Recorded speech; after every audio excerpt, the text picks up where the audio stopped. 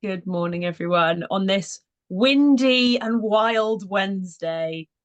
I don't know what the weather's like where you are, but it woke me up over here in Bristol this morning. It is great to have you with us.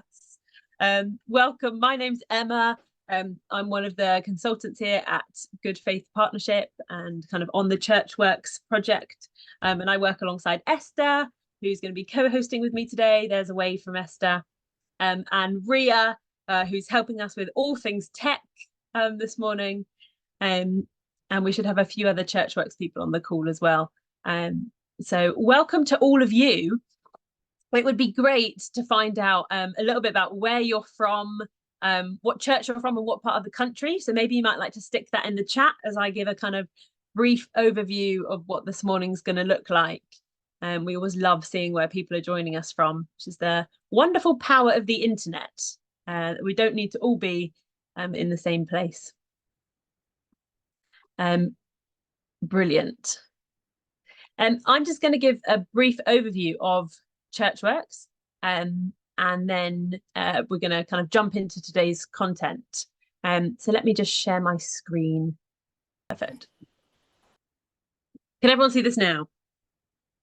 Wonderful, I've got you. So for those of you kind of newish to ChurchWorks, the ChurchWorks Commission began in October 2021, and it evolved out of Your Neighbour, which was the kind of church-led response to COVID and the kind of vaccination rollout that churches got involved in. And there was a real appetite after that for this kind of work to continue. So ChurchWorks Commission was born. And we have 15 commissioning organisations that are represented by senior church leaders. So we've got kind of the main Christian denominations across the country represented within the commission.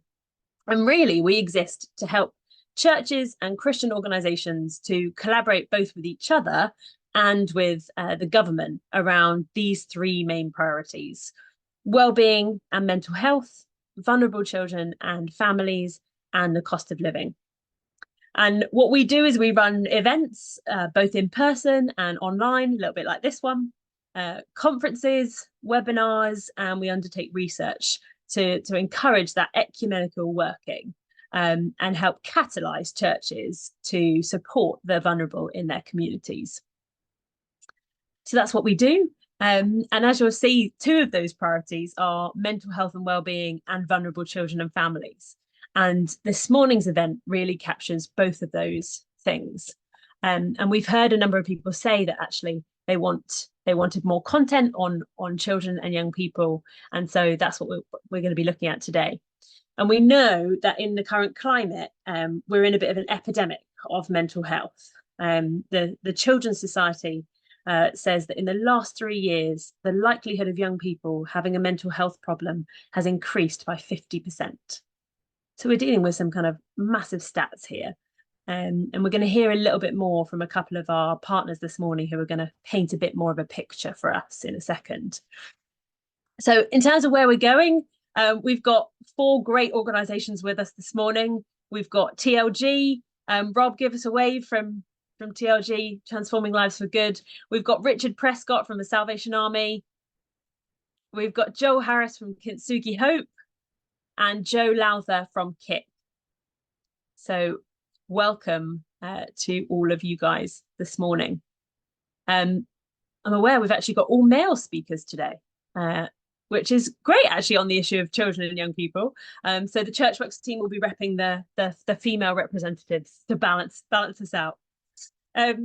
Great. So where we're going is we're going to hear from a couple of these guys in a minute. Esther's going to interview Richard for a bit of an on-the-ground perspective of what it's like working with young people at the moment. And then we're going to get into some breakout rooms to have a chance to discuss with each other about how we're seeing the issue of children and young people's mental health play out. And then we're going to hear from each organisation about some of the resources and practical things that they've got to support you guys as local churches with this issue. So without further ado, I am going to hand over to Joel Harris from Kintsugi Hope to give us a little bit of an overview of mental health and children and young people. Amazing. All right. Hello, everyone. Really good to be with you. Let's just see if I can get these slides working. Give me a thumbs up if you can see those slides. Amazing. Well, it's really good to be here. A little bit of a spoiler there. Really good to be here. I've got a little bit of time just to share with you what's the context that we find our young people in, and what's the situation we find our young people in. When we speak around mental health and COVID, when we speak about mental health and young people, we always point to COVID. But actually, before COVID, before lockdowns, this was still an issue. Before lockdowns, how many 6 to 16-year-olds in the UK do you think struggled with their mental health in 2017? If you put it in the chat, if you think it's A, 362,000, B, 694,000, or C, 935,000. Put in the chat what your thoughts are. Here we go, they're coming in. We have C, C, C, B, B. Awesome. The answer is C. Before COVID, between the age of 6 and 16, there was 935,000 young people who struggled with their mental health. And then the past 4 years happened. And this is the context that we find our young people in. These are just a snapshot of what we've seen over the past 4 years. And the big one, the obvious one, was COVID. COVID completely turned all of our lives upside down, but for young people, it was especially true. We saw in COVID all the rhythms, all the routines, all the regularities young people had were taken away from them. If you think as a young person, for most of the population, now there is a fraction where it's not, but for most of the population, they would know what time they're waking up, what time they're going to school, what lessons they're having, they're coming home, what they're doing, go to bed, have dinner. They know their routine. It was very much set. And as we know, routine's really helpful for our mental health. So we saw all of that routine going. And as a result of that, we saw more poor mental health. We then saw the unjust murder of George Floyd. There was a 16-year-old in America who created a petition, what got 19 million signs to get those police officers arrested. Young people were at the heart of that movement, of that going, we're going to stand up and say, this is not right. After that, we then saw Russia invade Ukraine. And young people here in the UK, for the first time, saw war, but not through newspaper articles, but through TikToks. It wasn't rare for me to go on TikTok in that time and see somebody being blown up or graphic images. They were seeing the war from the front line, not from a newspaper article. I remember the week Russia invaded Ukraine, I was speaking to the young people I work with here in Ipswich, and they were going, am I going to have to fight? Is this going to come to England? There was an anxiety about it. Oh, actually, maybe this world isn't safe.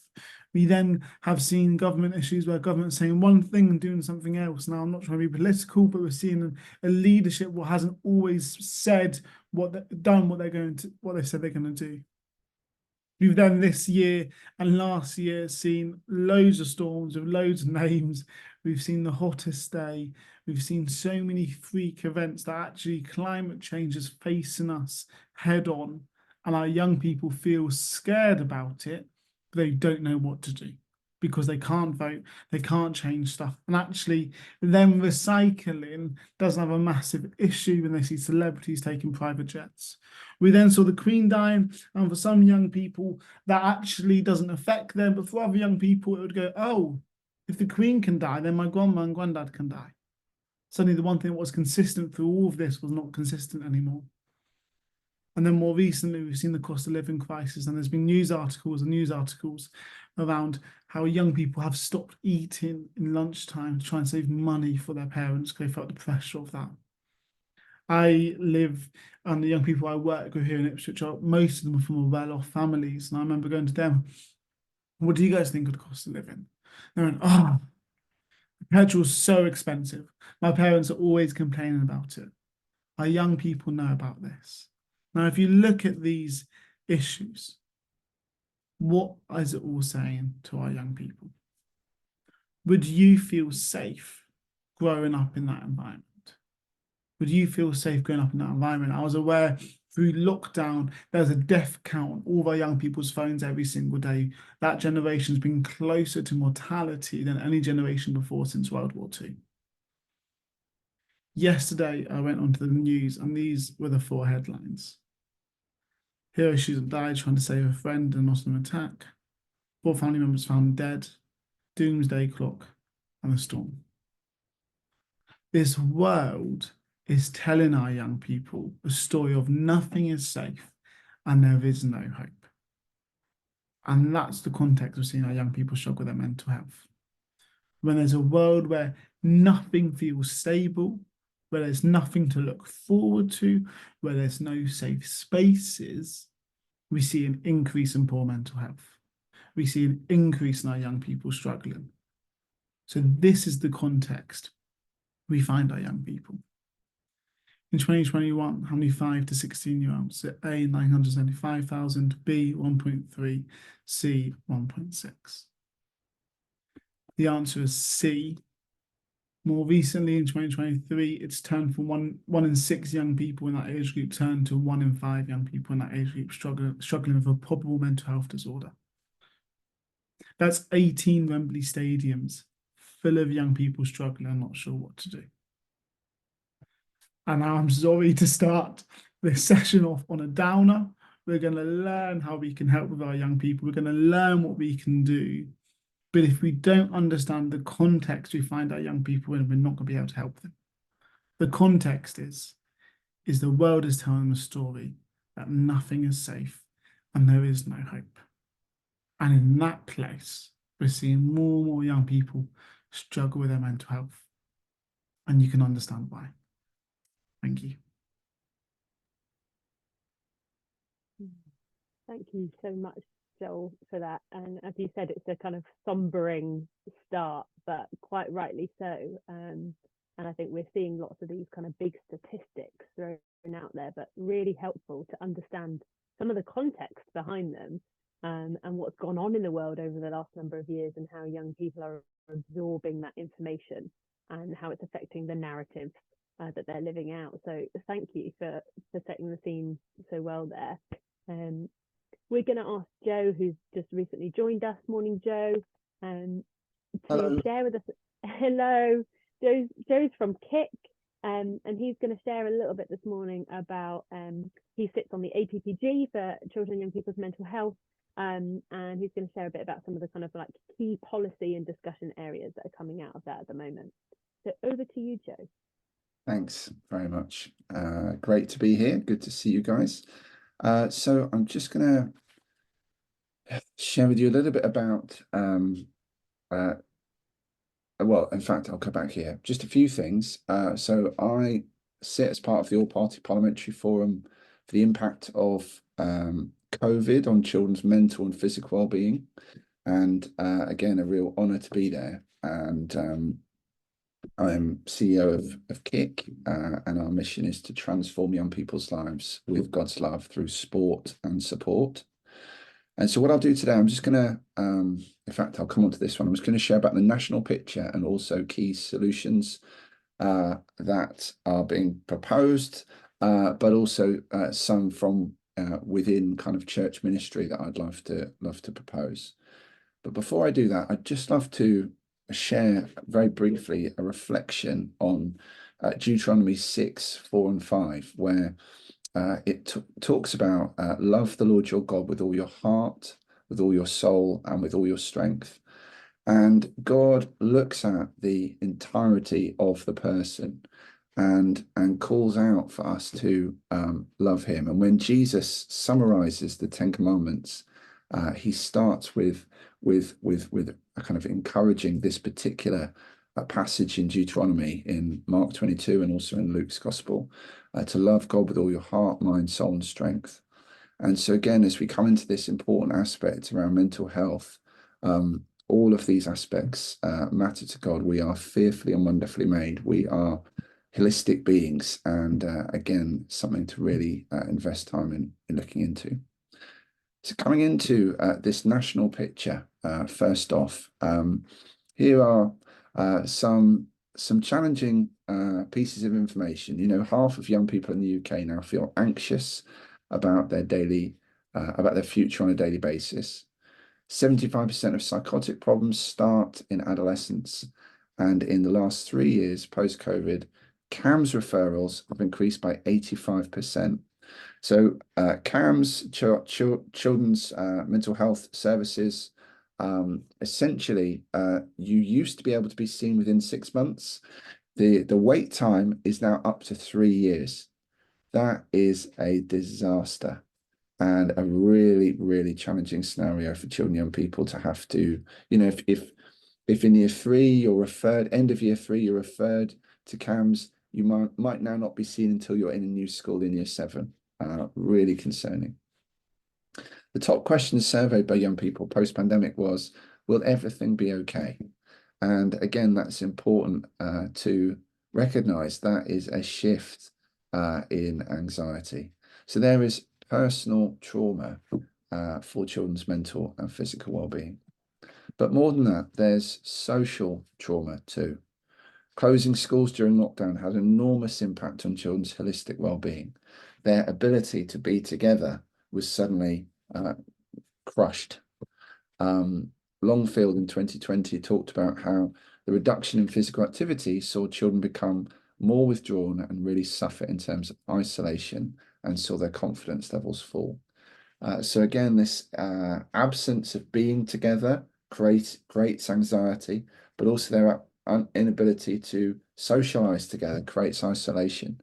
And that gets compounded and misunderstood through social media even more as children retreat to social media rather than more face-to-face relationships. And then school absenteeism, which you may well have heard quite a bit about recently. Post-COVID has led to more isolated children. 1 in 4 are now persistently absent. Persistently absent is more than 10% of absence for a child in a school. That is colossal, absolutely colossal for their life prospects, for all kinds of metrics. Persistent absence is really bad for your mental and physical well-being. And so there are these personal challenges. Secondly, there are these social ones. And then thirdly, there are spiritual challenges.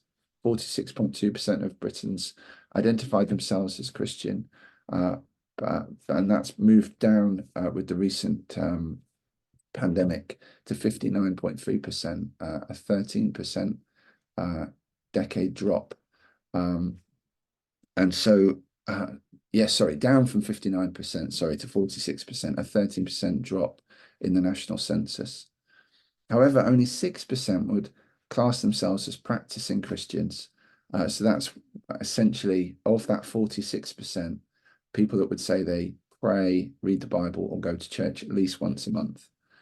So again, quite a big shift. 95% of children and young people don't go to church at all in the UK. That makes sense in terms of the 6% of adults that would say they go to church at least once a month. So again, adults not taking their kids to church, you know, that's the equation. And only 430 confirmations took place in the Church of Scotland in 2021, compared with 40,000 a year at the peak in the 1930s. The average attendance in the Church of Scotland is now 62. So just again, a reality check around what life spiritually looks like for the UK. And then at the All-Party Parliamentary Forum, these are some of the topics that we've looked at across the last 6 months. We've looked at sexual violence against girls on the increase, incarceration of boys, and interestingly, now 50% of terror offences are for the under 20s in the UK. So radicalisation of teenagers. Adverse childhood experiences, this concept of ACEs and how multiple adverse childhood experiences, or ACEs, are compounding huge problems for children and young people in their futures. And social prescribing is this great opportunity to be a part of the social prescribing engagement for churches to be a part of that. And then more recently, I had the opportunity to speak about a topic I'm passionate about girls in sport and increasing participation and engagement for girls. So these are some of the topics we've been looking at.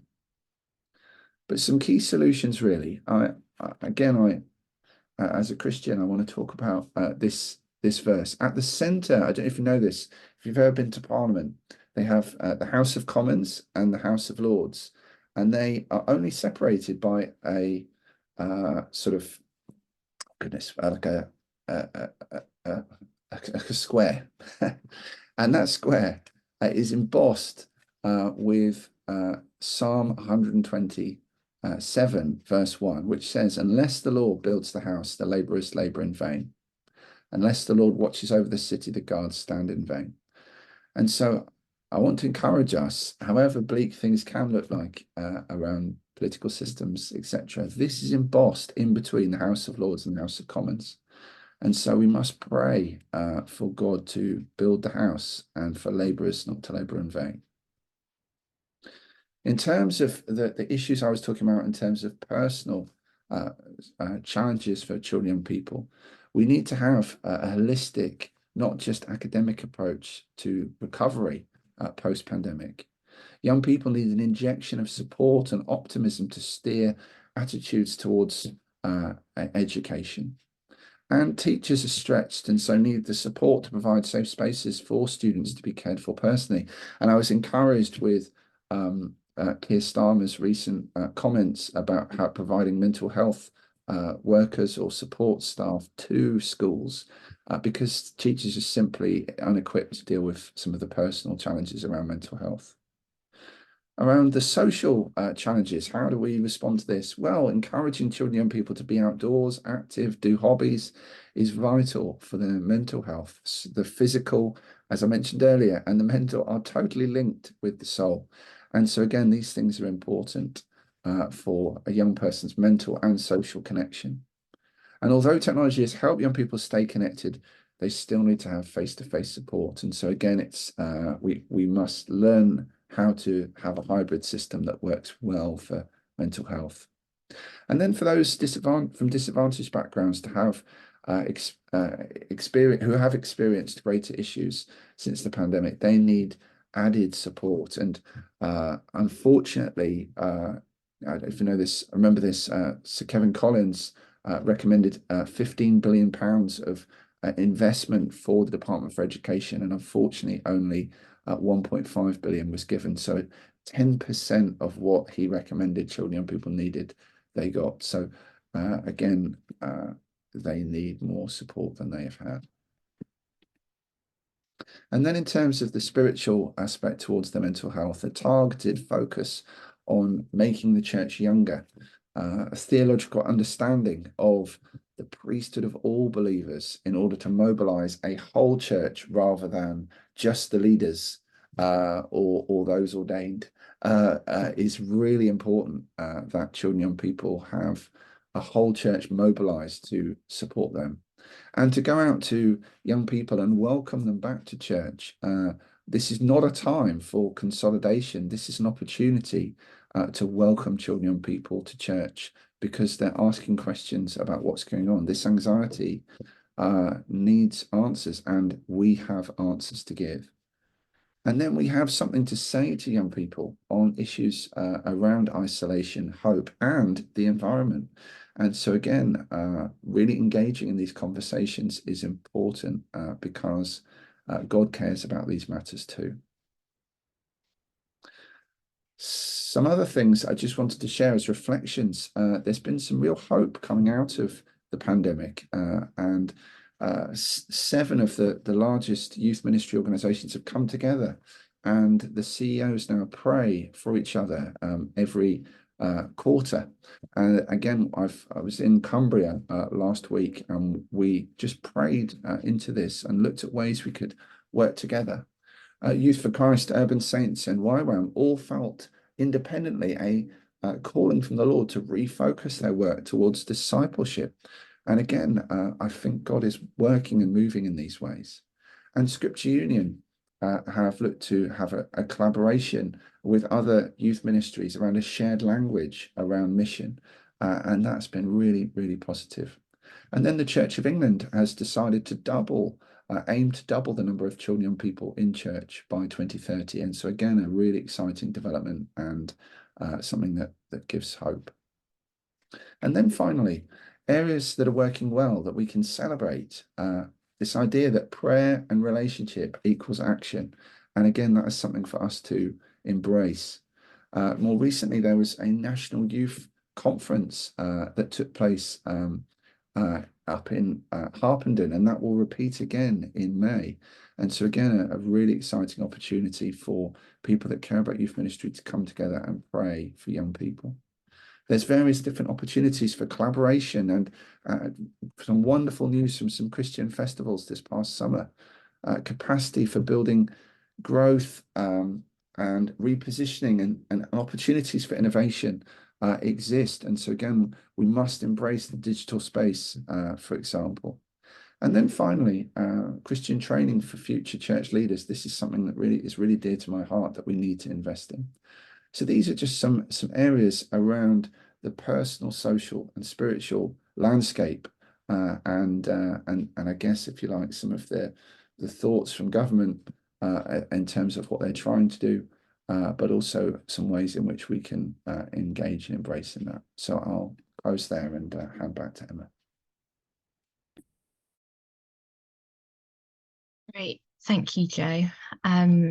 Good morning, everybody. I'm Esther, and I work with Emma on ChurchWorks. Thanks so much to Joe and Joel for starting off this morning with giving us that outline of that bigger picture context that young people are in. And I really, really appreciated some of that kind of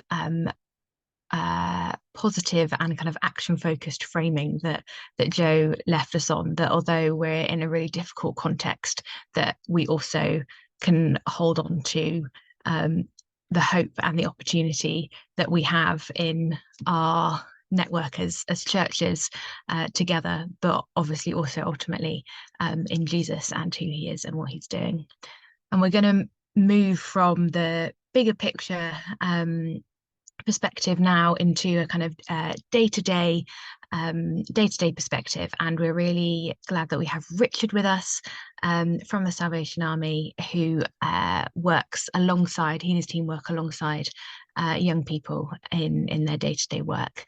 And so Richard, we'd love to hear a bit about who you are, what you do, and the context that you and your team are working in. Okay, so I'm Richard and I'm based in the Forest of Dean in Gloucestershire.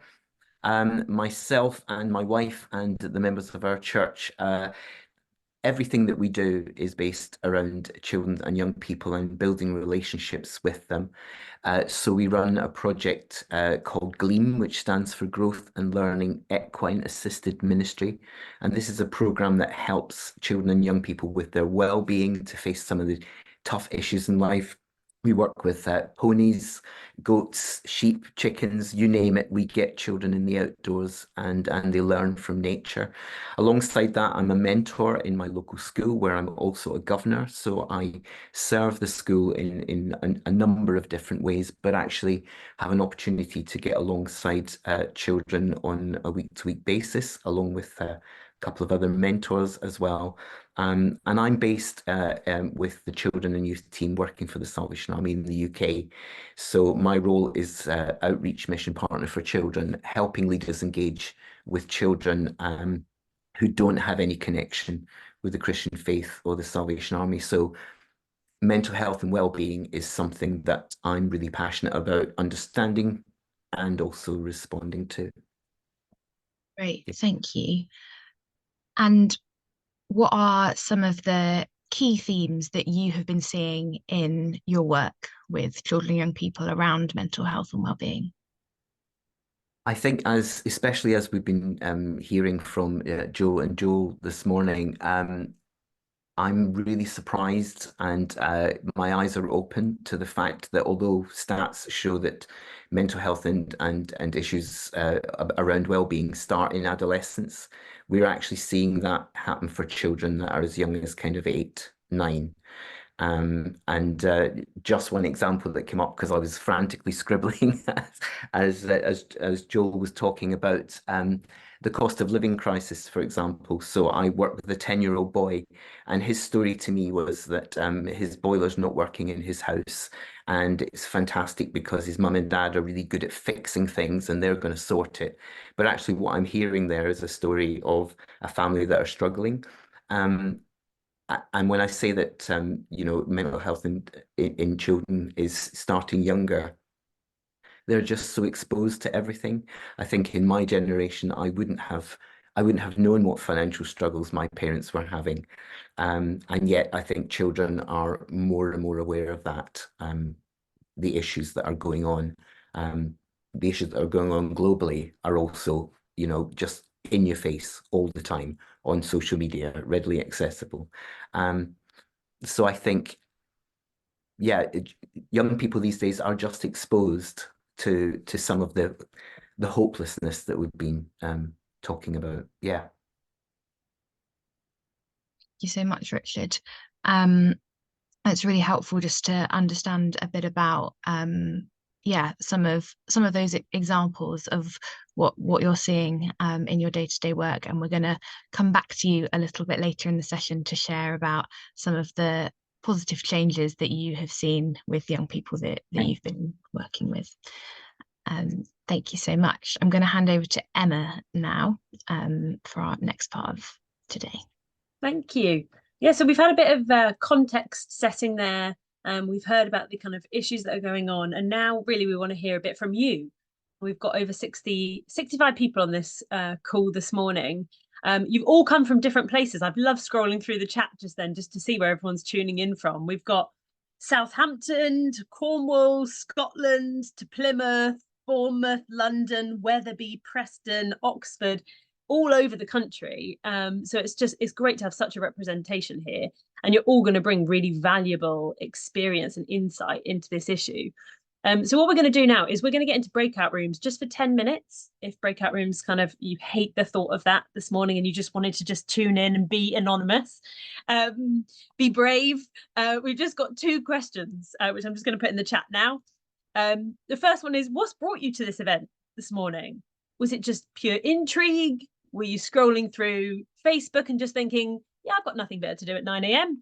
Or is this something that you're like, yes, this is an issue I really wanted to find out more about? And secondly, what have you noticed about children and young people's mental health in your context?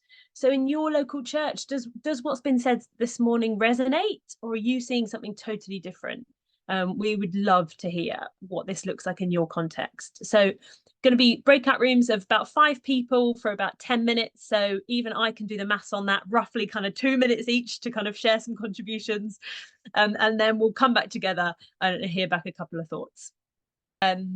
So thank you for kind of sharing with each other there. It's really interesting conversations in our Zoom room there. And it sounds like lots of the people in my group have come into this event today from a kind of children's pastor or youth pastor or schools worker. Oh yes, I was just saying, if you're a children's worker or a youth pastor, can you raise your hand? Yeah, quite a few. Brilliant. Oh, virtual hands as well. Love it.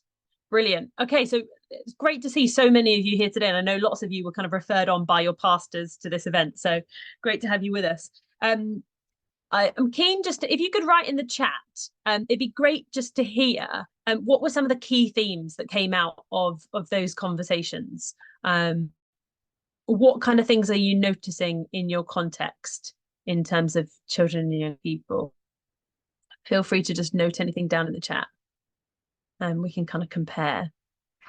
I know in my group, one of the things that really came out was there seemed to be a common theme of young people being able to kind of articulate what they're feeling, but not knowing why they're feeling that way, and not then knowing what to do about it, and kind of struggling to actually come up with ways to cope and ways to manage their feelings afterwards. And that is precisely why we're actually wanting to put on this event today. Churches being a space for connection, yes. Lots of anxiety, yeah. anxiety seems to be a massive one, both in terms of children and in terms of parents, we're hearing as well. Parents worrying about their children. Yeah. Lack of capacity in CAMS. Yeah. Brilliant. Some key themes here. Yes, attendance, again, touching on what Joe was sharing earlier about school attendance being an issue. Okay. So we've chatted a lot about what the problem is, but we're here this morning to try and think about, so what do we actually do about it? As people working with children and young people, what are the practical resources we can put in our hands to help us with this crisis? And so that's what we're going to dedicate the next section of today to. We're going to hear again from Joel from Kintsugi, Joe from Kick, Rob from TRG, and then Richard from the Salvation Army about some of the resources these guys are developing in their organisations, and how you can partner as a local church with these organisations to help equip young people to better be able to handle their mental health. So I'm going to hand over first to Joel at Kintsugi to tell us more about what they're doing. Here we go. So there's a spelling word mistake, but if the world is saying to our young people that the world isn't, that nothing's safe, there is no hope, what we need to do as people who work with young people and kids is to create safe spaces. That feels very simple. If there's a world that isn't safe, how can we create safe spaces that are safe?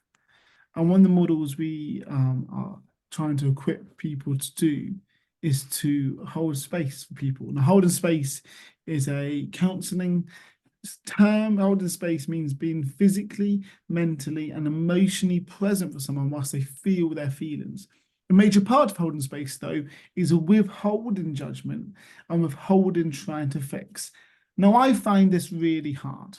Like when my young person comes to me and they're crying and going, this happened, I straight away, as I'm a fixer, will go, right, here's a plan, let's do this, and this, boom, we're good. That's not helpful for our young people. When a young people comes to you and they're emotional and they're struggling, they need to be heard and they need to feel safe. I'm not saying we don't help fix stuff. I'm not saying we don't do that. We put it in this proper place. I'm so aware that Jesus, he decided after he died, he rose again. He spent the day walking with two broken people. It would have made sense when these two people to Emmaus went, oh, we're not sure. This guy, he died, he rose again, we're not too sure. It would have made sense for Jesus to go, voila, it's me, don't worry about it. And then just gone off and done another feeding the 5,000 or something. But instead, Jesus walked with them. Walked for so long, in fact, that they invited him for dinner and they broke bread. Jesus walked, he held space, and then he showed them the answer. When we're with our young people, let's hold space. And this is such an incredible use to hold space for young people, because you don't need to be a counsellor. You don't need to have all the answers. You don't even need to know what to say. You just need to sit and listen. If we had adults that held space for every young person in the UK, I think there would be a lot less mental health issues, because it will be a space for young people to process and be able to be who they are. If we can hold space for young people in an unsafe world, I think we'll do a lot of good. And it's very simple. It's very easy. I think often we can think there needs to be this complicated fix for these sort of things. Sometimes the most simple things are the best. But with holding space in mind, we as a charity created a material what I'm going to share a bit with you about. So I work for a charity called Kintsugi Hope. Kintsugi comes from the Japanese art form of mending broken crockery. In the UK, if we break a pot, we'll probably super glue it back together, hide the cracks. Or if we're honest, we'll throw it in the bin. But in Japan, they put gold powder in the glue and they make a feature of the cracks. Arguably, that pot is more beautiful, it's definitely more unique. And our whole idea is this. Actually, through life, we're going to pick up scars. Through life, we're going to pick up brokenness. But those scars aren't something we should be ashamed of. They're part of our story. So our vision is this. We want to see a world where mental and emotional health is understood and accepted, with safe and supportive communities for everyone to grow and flourish. And we do quite a few things, but the main thing we do for young people is Kintsugi Hope Youth Wellbeing Groups. Now, Kintsugi Hope Youth Wellbeing Groups are a 6-week wellbeing group resource where we train up churches, schools, youth group, youth leaders, teachers, caretakers to run in their local context. These 6 weeks look at these different themes on the board of mental health. Each week has 2 or 3 activities you can do. So we train youth workers, we train you guys up to run it. We give you 100% material and you use 20 to 30% of it because you completely tailor it to your audience, your young people. That's why we've been able to see it work in Northern Ireland, Belfast, in Scotland, in Suffolk, in inner city London, in Cornwall, because it's going to you guys who are on the ground. You know what your young people need. I don't. So here's a load of good material. You choose. Over the past 3 years, we've seen 2,000 young people go through the wellbeing groups, over 220 groups run, and 2/3 of all those groups have been in schools. Schools love this. Schools are so aware that their young people are struggling, but have no capacity. What's totally fair. They're paid to teach, not to be counsellors. So when a church or a charity come on board and go, hey, we can support young people's mental health. We can take 12 people at a time and do this for 6 weeks. It actually, schools bite your hand off for it and they ask you to come in as quick as you can. We've had churches go into schools and the school go, can we make this part of the curriculum? And the youth worker having to go back to the church and going, can I go into the school every single day and run this? But I just want to tell you 2 stories from our groups and then I'll go. First one, we had a young person who was part of a group in a school, and on the playground she started to have a panic attack and she went into our bag, she grabbed her notes from the group and chucked it to our best friend and went, do this with me. And our best friend went through the grounding exercise they'd learned and were able to bring her to an equilibrium from what she'd learned in the group. Second story, we had a young person go into another group in the school and the youth worker was warned, hey, people are really worried in this group because he really struggles with anxiety. So the youth worker went into the group and he had his hood up in the corner. And the youth worker went over and was like, do you want to join us? How do you feel? And the young boy was like, I'm not moving and I'm keeping my hood up because that's the only thing that helps my anxiety. And the youth worker was like, that's completely fine. They started doing this activity a bit later on in the group around draw your anxiety. The young boy took his hood off, never went on again. And a bit later, they started talking about anxiety a bit more. And the young boy moved into the group. A few weeks later, this same young person brought up how he had one best friend. A year ago, that best friend died because they completed a suicide. And he had no one to speak to. So every day he'd go to the graveyard and speak to his best friend about what was going on in his life. And then he carried on speaking about how he had a massive fight with his mum. Now him and his mum don't speak anymore. Other people in the group went, oh, that happened with me. This is what I did. And the group was able to support this young person getting back in contact with his mum. After the 6 weeks, the hood was down. This young boy had friends and he was learning how to look after his life. These groups practically equip young people to look after their own mental health and the mental health of their friends. The training is online, it's all pre-recorded. To do this, you've got to become a partner organisation, what's a school, church, whatever it is. If you want to know more information, please feel free to email me. My email's on the screen. But guys, the picture of our young people right now is scary. There's a story being told of them. I think if we can focus on creating safe spaces, whatever that looks like in your context, I think it will go a long way in supporting our young people and looking after their mental health. Cheers.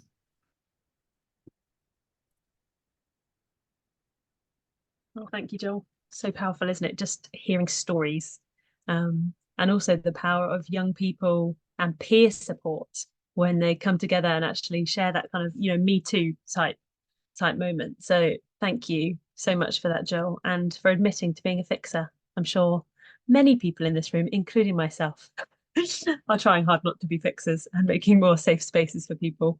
Thanks for putting your email address in the chat. That's great. We're going to hand straight over to Joe again from KIC to tell us a little bit more about what KIC do as an organisation. Over to you, Joe. Yeah, thanks so much. And again, really excited to be amongst you guys. So I'm just going to share with you for 5 minutes a little bit about our approach to transforming young people's lives. And I hope this is an encouragement to you. And I'll put my email address also on the chat as well. I would be very happy to link with anybody that would love to look at ways we could collaborate together. So I'm just going to share with you a little bit about our mission, our innovation, and our movement. In terms of our mission, we are motivated for a number of the reasons that we talked earlier. And wasn't Joel brilliant today? So encouraged with his challenge and thoughts there. But yeah, we are motivated because 1 in 3 15-year-olds identify with a mental health condition. 95% of children and people don't go to church. 2 million grow up in lone parent families. And UNICEF identify fatherlessness as one of the 4 pillars of global poverty. And then 3 out of 5 16 to 24-year-olds who say they feel disillusioned with life. These facets contribute towards this sense of hopelessness.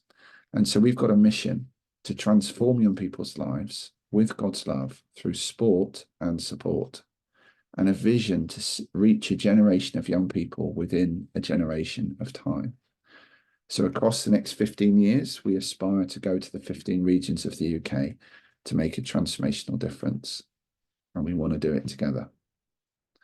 Our innovation is that if children and young people have stopped coming to church, and we believe that is the best possible location for their holistic well-being, their physical, mental, and spiritual development, where are they? Well, they're in the schools. So we go into schools and we do 4 things: PE, street dance, mentoring, and chaplaincy. And then we partner with local churches to upskill volunteers to run extended sport or dance coaching at the weekend. We process so much of our mental health through our physical health. And so again, these KIC academies are great ways of welcoming children and people to church. Just drilling into that a little bit further, I was previously a principal of an outstanding school, and I felt called out of that and into mission. And when I came, I wanted to try to reimagine coaching from a head teacher's perspective, which we did through a values-driven approach called ACE2, where essentially we provide aspirational coaching, so a really wide range of different sports and dance disciplines for children and young people to keep them physically active. Secondly, the C of ACE2 is that we believe in compassion. And so we're proud to be able to offer the solutions-focused approach to mentoring, which really focuses on providing solutions to children's mental and physical well-being using the principles of CBT, otherwise known as cognitive behavioral therapy. The E of ACE2 is that we believe in excellent education. We believe in sport for all, not just the most gifted, talented, or affluent that can afford it. And we believe that sport, dance, and mentoring can have a profound impact on the personal development of the individual, the social impact of a school community, and a young person's physical literacy. The first I of ACE2 is that we believe in intentional relationships. And so these are some of the things the young people say about us. You know, I look forward to school and the KIC coaches are in. Jaden hates school. He's told it to me to his face, but he now has found a role model he wants to be like and follow. Or Tamika, who talks about how she feels finally listened to and accepted for who she is by our mentors. Or Jean-Paul, head of a community school, a non-faith school, who talks about how we've become an integral part of school life, developing an outstanding curriculum. And then the final I of ACE2 is that we believe in integral interactions. And so we're very pleased to be able to provide lay chaplaincy to schools that follows the 7 nationally recognised dimensions of schools-based chaplaincy to be pastoral, worshipful, spiritual, missional, servant-hearted, prophetic, and pedagogic. And so this concept of the personal, social, and spiritual, we're seeking to provide safe spaces for children and people to explore all 3 of these important aspects. So those are our 4 services in schools, and ACE2 is how we do them. But the stepping stone is the KIC Academy. And this is where we upskill local people from local churches to reach children, local children, young people, with some coaching, with an inspirational thought from the Bible, and then an application of matches or dance routines, depending on what type of academy it is. So these are opportunities for social interaction. They're with an opportunity for churches to speak into the personal life of a child and young person, and they're moments for spiritual change. We've distilled down 20 years experience into just 7 questions for startup to make life as easy as possible for churches to run these. And we've launched 17 of these across the country in the last 18 months. Because we believe in a 4D approach, we want to demonstrate God's love in the schools, declare the gospel and help young people make a decision about who Jesus is in the Kick Academies, so that they can be discipled by local churches for a lifetime. So that is our mission, our innovation. I'll close with our movement.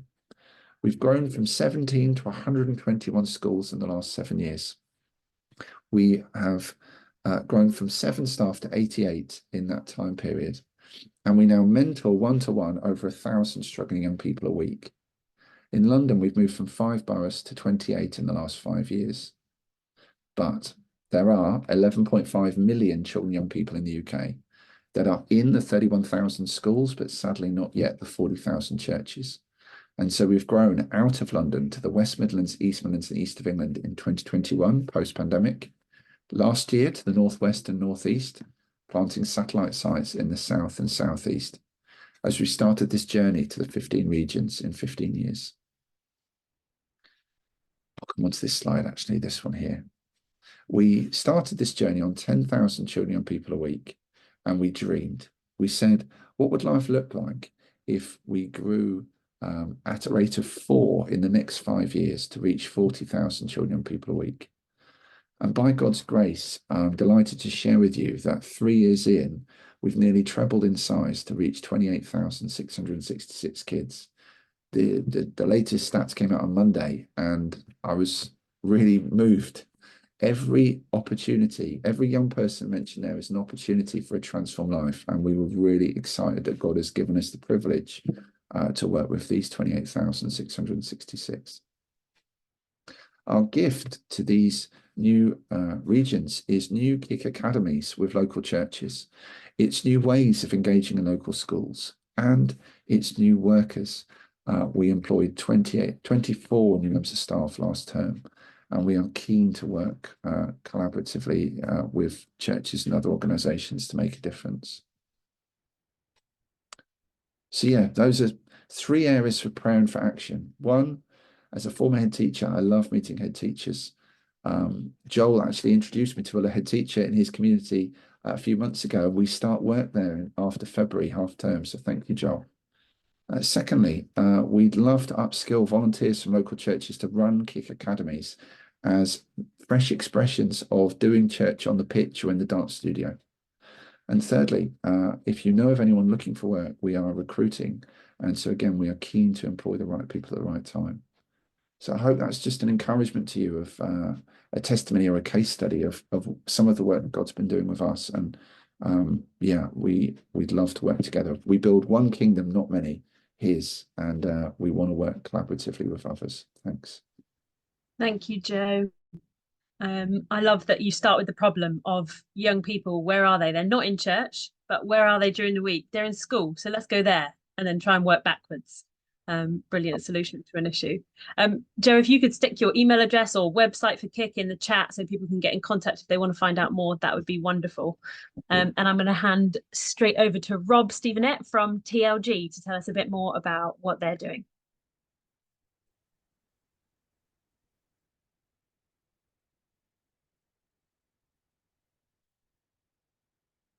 Good morning, everyone. It is lovely to join with you today. Wholeheartedly commend the work of Kintsugi and Kick to you. I've seen the impact over years, and they're brilliant. To tell you a little bit more about TLG over the next few minutes, we stand for Transforming Lives for Good, and we're all about helping the local church to reach children and families that are struggling. And one of the key ways that we do that is through our early intervention program. And what early intervention does is it helps churches that we're in partnership with to get alongside their local schools, could be in Key Stage 2, could be in Key Stage 3, and to provide a team of coaches. It's a simple model where one coach works with one child for 1 hour a week. And this is something that we've been doing at TLG now for well over 10 years. We celebrate our 25th year this year, which we're really excited about. And over the time, we've seen the difference that relationship makes with children and young people.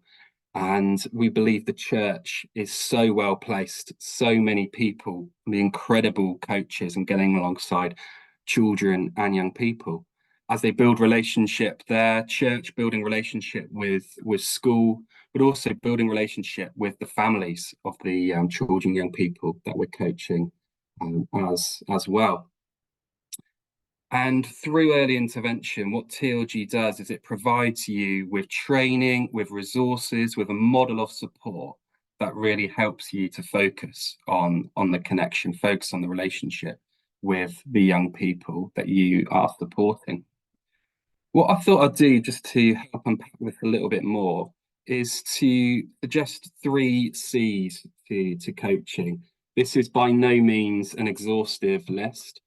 But I think it also connects with what has already been shared today as well. The first C I would offer is connection, something that I totally resonate to. This is what Joel was sharing earlier about holding space, being there, being a point of connection for children and young people. So in the coaching hours that take place in the school day, in the school building, key point is being present. It's being there to listen, not just being there to respond, but being a safe space of connection, and the child can bring what they want, where they're at. Secondly, consistency. So being a presence that is there consistently, bringing hopefully a real sense of stability to a child that may not be feeling that there is much stability in their life at this point. We could be supporting children with all sorts of different needs, SEN, children struggling with their mental health, children struggling with their behaviour. And actually being a consistent presence can make such a difference. And then finally, I'd say compassion, being a compassionate presence, stepping into the world of the young people that we are supporting, being that space of compassion, and that listening ear, that champion, can make such a big difference. So often our coaches may not see the impact of the week on week. It may take a lot of time to feel that you're really breaking through. But I think so much of the impact is often unseen. I remember hearing a story recently of a coach who actually stopped coaching a number of years ago, and she was in a cafe in her local town, and a man came up to her and said, 10 years ago, you supported me in my school, made such a huge difference. She was totally taken aback. She didn't recognize him. The man had grown several feet by this point. But just was so encouraged to hear of the difference that it made. And I'd love to chat with you more about this. So if you would like to find out more about early intervention, whether it's something you feel that your church can get involved with, then it would be brilliant to continue the conversation. I'll put the website into our chat, I'll put my email, and also I'll put my mobile number. And if you'd like to have a chat this week or in the coming weeks, would love to speak further with you. Bring any questions. It's a journey of setup, and we're there every step of the way with you. So it'd be great to speak soon. Thank you. Thanks, Rob, and happy birthday to TLG this year. 25 years is amazing. Thank you so much. Yeah, and I'm sure we can all think of people in our lives who have been that kind of consistent figure, or someone who we look back at our childhoods and go like, that person being there for me made such a massive difference to me at that stage of my life. So it's an amazing thing to be able to offer children and young people that hour a week. Doesn't seem like a lot, but makes a massive difference. So thank you for what you're doing. Last but not least, our final speaker is Richard. We're going to hear from Richard again and hear a little bit about what are the Salvation Army doing to tackle mental health. I'm hoping everyone can see that. Yeah. Okay. Well, I just wanted to share with you some of the resources that the Salvation Army has produced, hopefully that will be helpful to you in your ministry. So if you want to get your mobile phones ready, I've put some QR codes that will give you some direct links and make things easy. And then I will share details afterwards. I just wanted to share this. Young people do best when they experience strong, positive relationships in all parts of their lives. Time spent with caring adults can have a profound impact on how young people see themselves and the world around them. In the Salvation Army, we talk about witness. It is a word. It means connectedness and closeness. All of our speakers, and I completely and utterly agree with them. It's about holding space. Our ministry should be about holding space with children and young people. So anyway, I promised you some resources, and I'm going to do a whistle stop tour because we're short on time. First of all, if you go to our Salvationist website, there are lots of downloadable resources. These two in particular are based on mental health, are helpful for mental health and well-being. High Five is based on the 5 ways to well-being. It has conversation starters, activities, games, craft ideas, creative prayer. Every Picture Tells a Story is an outdoor resource, and it uses photography as a way of nurturing children's creativity and spirituality in the outdoors. If you want to email me, I've been given permission to send free samples to anyone that wants a copy of Bounce. Bounce is also based on the 5 ways to well-being, and it's a game which uses 6 letters of the word bounce. You can see them there to facilitate conversation and to build relationships. To play this energetic game, all you need is a set of cards. Email me. A football-sized bouncy ball and a group of children who can catch. There are some Bible ideas in there. We've found this is a really popular resource with both leaders in churches and with teachers in schools. The next resource I want to share with you, because of the work that we do in schools, we've produced a unique podcast, a digital discipleship resource. You can see some of the questions that it covers. There are pupil voices. There's top tips to help children who are making the transition from primary to secondary school. There's pupil voice on there, biblical wisdom. There's a series of 14 free podcasts. I will put more details in afterwards. I realise that we're short on time. We partnered with Youthscape to create Upbeat, and this is a 6-session preventative resource for 13 to 16-year-old boys to help them develop a good approach to their emotional well-being. This has got group discussion videos, Spotify playlist, and spiritual reflections are an option on this one. That is the only resource that I'm highlighting that isn't free, and you can purchase that from Youthscape's online store. If you want to keep in touch, I would love to chat with you. I'm thrilled that we're going to be journeying some more with ChurchWorks in the future, particularly around schools work, which is exciting. Our main address for inquiries is Children Youth, salvationarmy.org.uk, and you can follow us on social media. Thank you for the opportunity to input.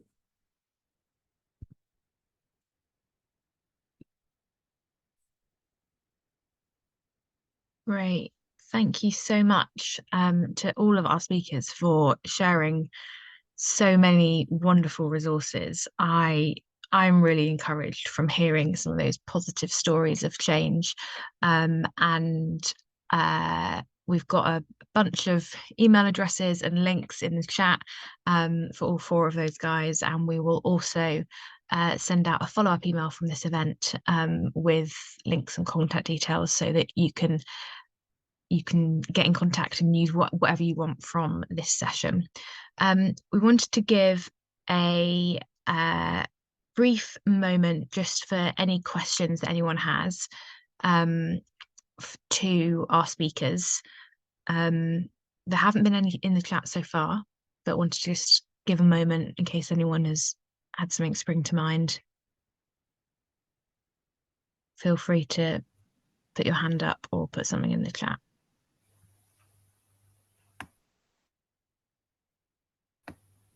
No. Cool. Well, that means that all 4 of our speakers were very comprehensive and clear, which is good news. Not I didn't think they would. I've got a question. But one question. Go ahead. I just wanted to know, because I missed part of the session. I just wanted to know if your group come out to churches to speak to youths or for about mental health or things like that. Sure. Who is that? Was that a question for anyone in particular? For anyone, yeah. Is there like a team that go out to churches to do like a speaking for the church people? Would any of our speakers like to jump in? Yeah, happy to. I'll put another link into the chat where people can find out more about booking a speaker, whether that be something of interest for your church. Yeah, something we'd love to help with. Thank you. Great. Thank you, Rob. Yeah, just from us, we go into schools and engage with the children and people there, and then we upskill local people from local churches to run the Kick Academies directly themselves from their church where they know their young people well. So although we wouldn't come out to do a talk at a church probably, we could explore it. But our normal work is to engage the children and young people in the front lines at the school, and then enable church volunteers to reach children and young people in their own church community. Yeah, Kintsugi Hope have a speaking team. Put an email in the chat if you're looking to get something from there. Thanks, guys. Just as we're kind of coming to the end of our time today, I'd love to give everyone an opportunity to just reflect on what is going to be your key next step as you leave this conversation today and go back into your church life. What are you going to do with what you've heard and what you've been reflecting on? And if you want to, if you feel comfortable popping that in the chat so that we can kind of be encouraged by what one another are going to do, that would be really great. So let's give everyone a couple of moments just to reflect on that.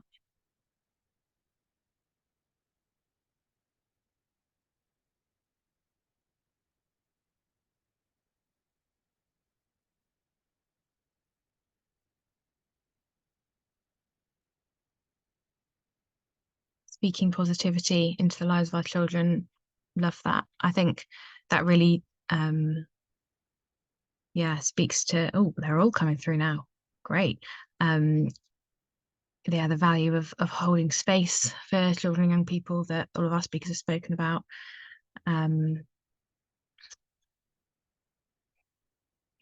Great. More focus on supporting young people through schools.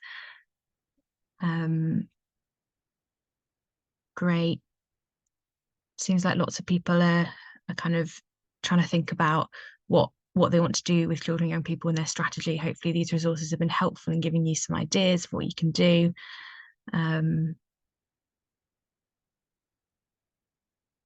Yeah, meeting young people where they're at. Great. Thank you so much for sharing, everybody. Yeah, supporting parents and carers.